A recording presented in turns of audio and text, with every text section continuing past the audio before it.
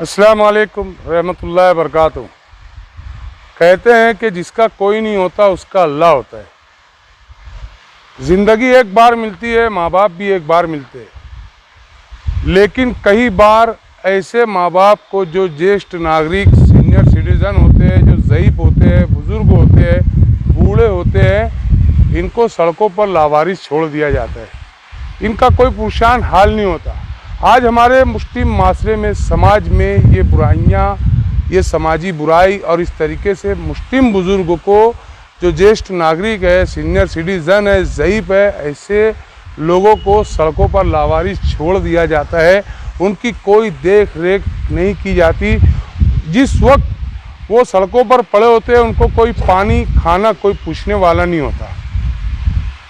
याद कीजिए आप वो ज़माना जब आप बचपन में छोटे थे, जब आपकी माँ अपने हाथों से आपके मुंह में निवाला देती थी, जब वो बाप शफ़क़त से आपके चेहरे पर हाथ फेरता था और उंगली पकड़कर आपको रास्ता चलना सिखाया। आज उसी माँ बाप को जब औलाद बड़ी होती है, तालीम हासिल करती है और तालीम हासिल करने के बाद उनको जो है तो सड़कों पर लावारिस छोड़ देती है।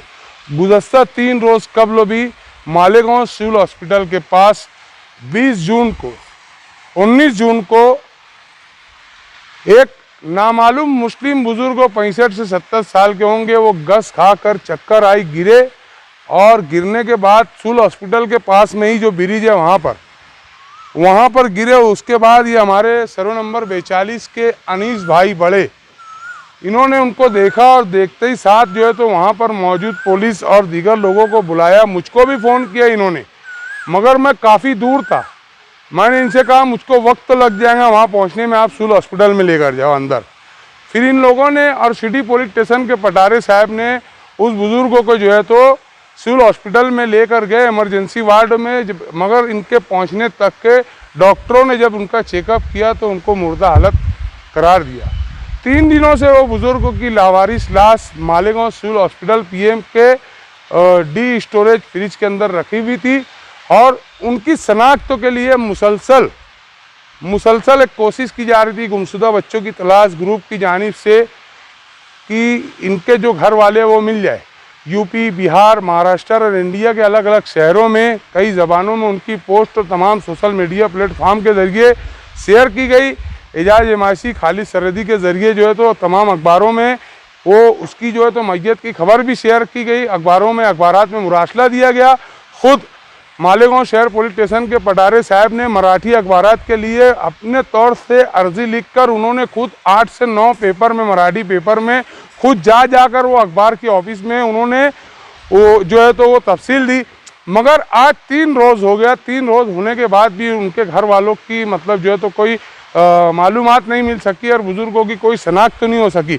मगर मुस्लिम माशरे में शरीयत खुदाबंदी के जो अहकामात की रोशनी में अगर हम देखेंगे तो किसी का इंतकाल होता है तो उसको जितनी जल्दी से जल्द हो सके उसकी तदबीन का जो अहकामात है उसकी रोशनी में हम लोगों ने आज जो है तो मौरखा 22 जून सुबह में 2024 सुबह में तकरीबन 10 बजे पटारे साहब ने मुझको फ़ोन किया और मैंने उनको कहा कि यार ये हमारा शरई मसला आता है, इनकी तदफीन करना ज़रूरी है।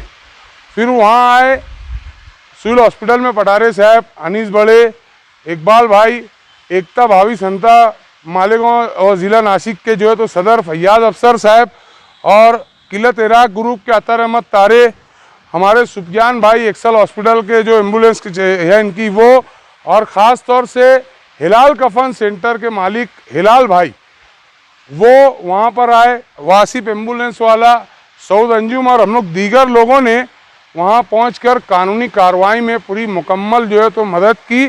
जो कागजात थे उसकी तफसीली जो जांच थी, कानूनी कार्रवाई थी, उसको मुकम्मल किया। और आज उमर बिन खत्ताब जनाजा हॉल में बाद नमाज ज़ोहर यहाँ ऐलान करके बहुत सारे नमाजियों ने तदफीन के लिए आगे बढ़े और आगे बढ़ने के बाद नमाज जनाजा के बाद हम लोगों ने तदफीन का जो अमल था उसको पूरा मुकम्मल किया।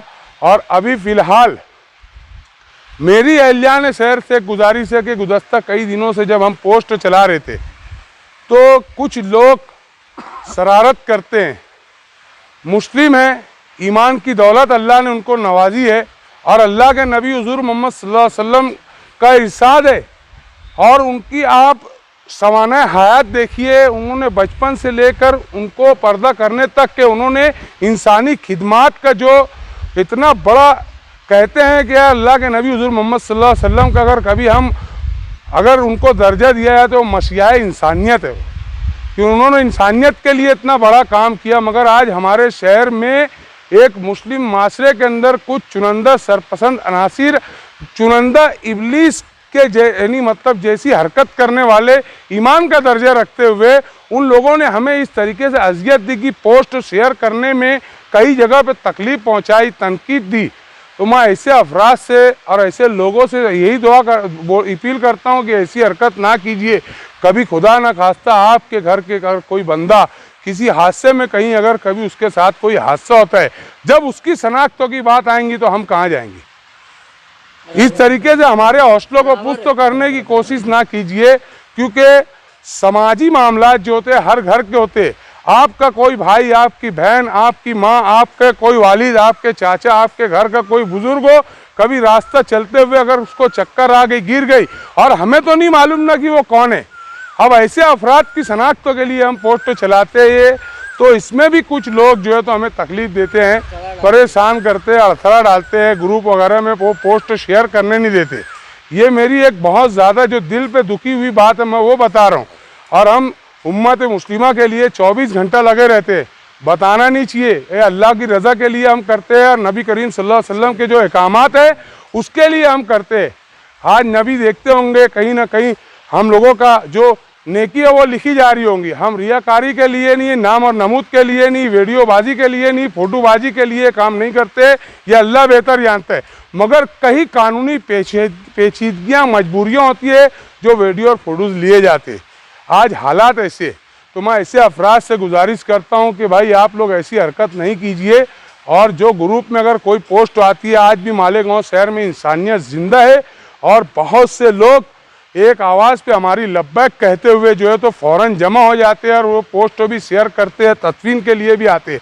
आज भी मस्जिद में ऐलान हुआ, बहुत से नमाजी 100-150 नमाजी थे, फ़ौरन तदफीन के लिए, नमाज जनाजा के लिए आगे आ गए। इसी तरीके से पोस्ट शेयर करने में भी बहुत से लोग आते हैं। तो मेरी आप लोगों से गुजारिश है, ये जो चुनिंदा इब्लीस जैसी हरकत करते हैं, मेरा अल्फाज शायद कि आपको ख़राब लगे, मगर जो दुख दर्द तकलीफ़ पहुँची है मैं उस बुनियाद पर ये जुमला बोल रहा हूँ।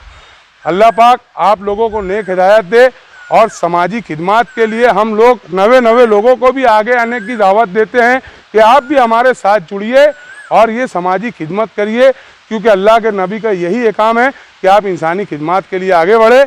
और इंसानियत का सबसे बेहतरीन खिदमत इंसानियत की है, और हम लोग जिस तरीके से रोज़ पैसा कमाते हैं उस तरीके से हमें नेकी भी कमाना चाहिए, और नेकी कमाने का सबसे बड़ा ज़रिया इंसानी खिदमत है। जज़ाकुमुल्लाहु खैरन, निशानुल जज़ा। अस्सलामु अलैकुम रहमतुल्लाहि व बरकातुहू।